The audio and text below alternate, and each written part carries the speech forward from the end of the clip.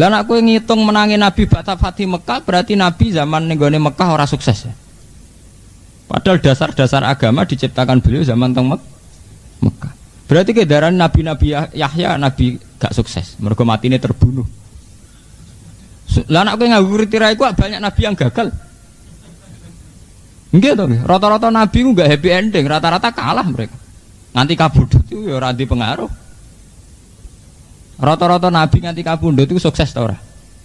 Ora sukses. Kalau kamu ukur pakai sampai menjelma jadi presiden atau sampai jadi penguasa. Jadi cara kula Fathu Mekah itu diantara peristiwa penting yang dialami Rasulullah titik. Assalamualaikum warahmatullahi wabarakatuh. Bismillahirrahmanirrahim. Alhamdulillahirabbil alamin wassalatu wassalamu ala asyrofil mursalin sayyidina Maulana Muhammadin wa ala alihi washabihi asma'in amma ba'du. Allah itu punya tradisi begitu ya. Jadi bahasa Zarni itu tradisinya Allah dalam menghadapi musuh-musuh Muhammad sing dianggap gak banding. Jadi ayat niki sami kalian tenggene surat liyane Zarni wal mukadzibina ulin na'mati wa mahilhum qalila. Orang-orang sing kowe ra banding Muhammad iku urusanku. Ya termasuk ketika Nabi ngadepi tenggene perang Badar, perang Uhud, perang Khandaq. Ketika Nabi musuhe luweh akeh berlipat-lipat, misalnya Nabi namung 3.000 musuhe 11.000. Niku Allah nggih selalu ngendikan iku urusanku Muhammad. Kewajiban syariat perang. Tapi soal teknis menang iku aku. Sampai wa ma ramaita idz ramaita walakinna Allaha rama. Hakikate kowe iku ora tau perang. Ora tau iso malang panah. Wong panah ya Mas cekethek. Panahe sahabat itu panah wong kere-kere. Musuh senjatane wong kafir canggih. Sing mari menang ora panam, sing ora mutu iku. Sing mari menang ya pengen. Iku wis dadi sunnatullah. Lah sunnatullah begini itu pada ulama tertentu kados Abdul Hasan Asy'adzali, Abu Yazid Al-Bustami, ulama-ulama dulu itu tertanam betul. Tertanam bahwa setiap punya musuh itu kontrak komitmen itu kepada Allah. Dan betul-betul kepada Allah, iktimat ala Allah, betul-betul hanya bersandar pada Allah. Dulu Imam Nawawi itu pernah mau dipenjara sama penguasa saat itu. Imam Ghazali juga pernah, Ihya itu berkali-kali dibakar. Hasan Asy'adzali juga sama.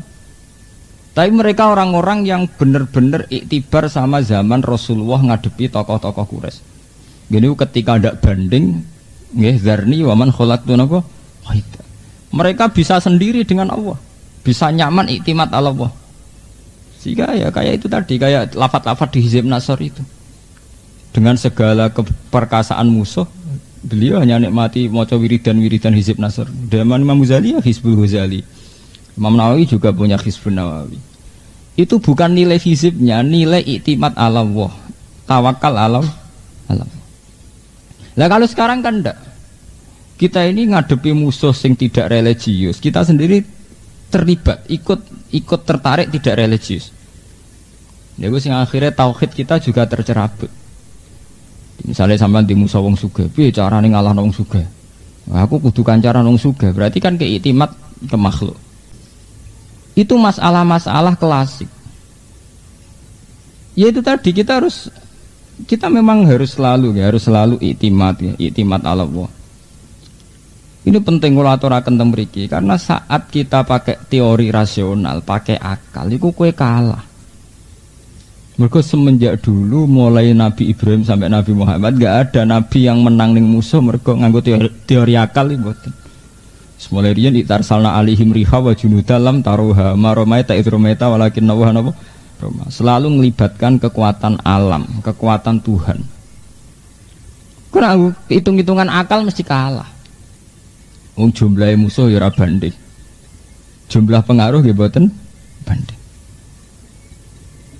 Paham nggih? Mulane Kanjeng Nabi dihitopi Zarni wa man khalaqtu wahida wa ja'altu lahu ma'lam mamduda.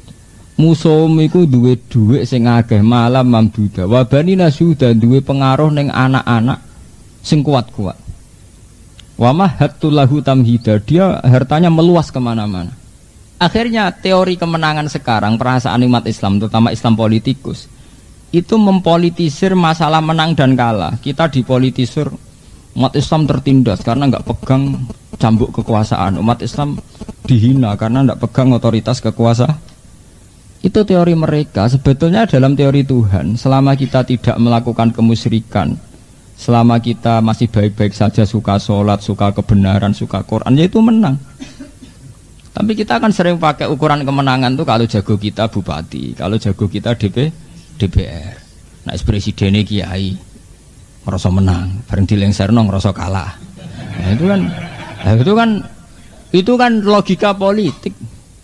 Nah, logika Islam, pas jadi presiden sholat, oh ya sholat. Pas orang presiden sholat, ya menang terus, saya sholat. Ya hanya gitu saja pakai ukuran. Ini perlu aturaken temriki ya, karena ukuran-ukuran menang kalah itu telah menjelma sebagai ukuran yang diciptakan politikus, sehingga kita merasa menang kalau jago kita bupati, gubernur, merasa kalah kalau enggak. Ya, tapi itu tadi kita merasa kecewa karena pakai ukuran sendiri. Ya, nah ini mulane perlu diwaca dzarni wa man khalaqtu wahida mat wong-wong sing musuhe kowe iku urusanku, sing penting urusan adalah tabligh. Akhirnya tenan, Nabi tidak pernah secara politik benar-benar menguasai Mekah, tapi Nabi saged menguasai qulubud du'afa, mendapat simpati dari khalayak ramai, orang-orang yang merasa tertindas, tersingkirkan itu simpati semua sama Rasulullah.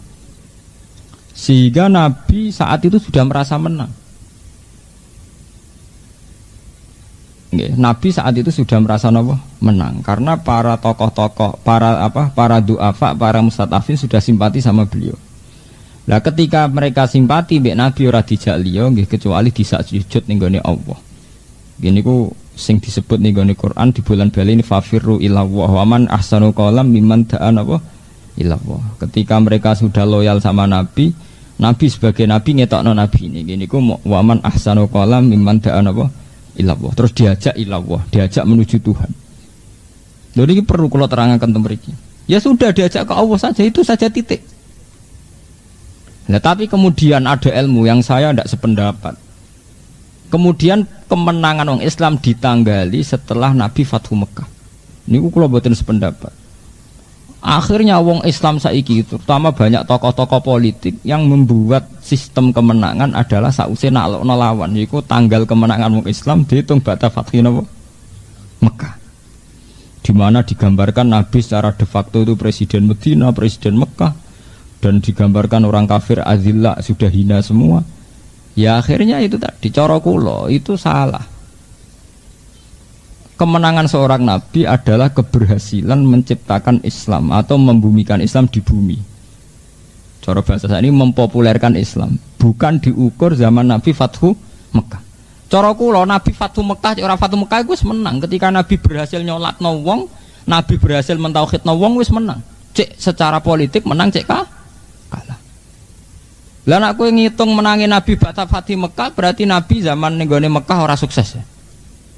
Padahal dasar-dasar agama diciptakan beliau zaman teng Mekah. Berarti kedaran Nabi-Nabi Yahya Nabi gak sukses, mergo matine terbunuh. Lah nek kowe ngawur tirai ku banyak Nabi yang gagal. Nggih to, rata-rata Nabi ku gak happy ending, rata-rata kalah mereka. Nganti kabudut itu ya ora di pengaruh. Rata-rata Nabi nganti kabudut itu sukses ta ora? Dora sukses kalau kamu ukur pakai sampai menjelma jadi presiden atau sampai jadi penguasa.